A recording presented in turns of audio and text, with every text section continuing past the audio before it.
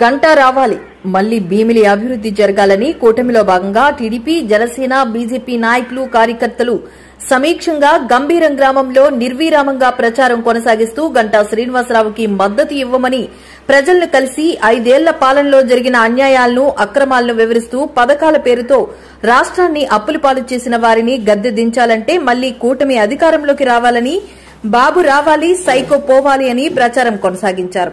ఈ కార్యక్రమంలో కూటమి నాయకులు కార్యకర్తలు పాల్గొన్నారు।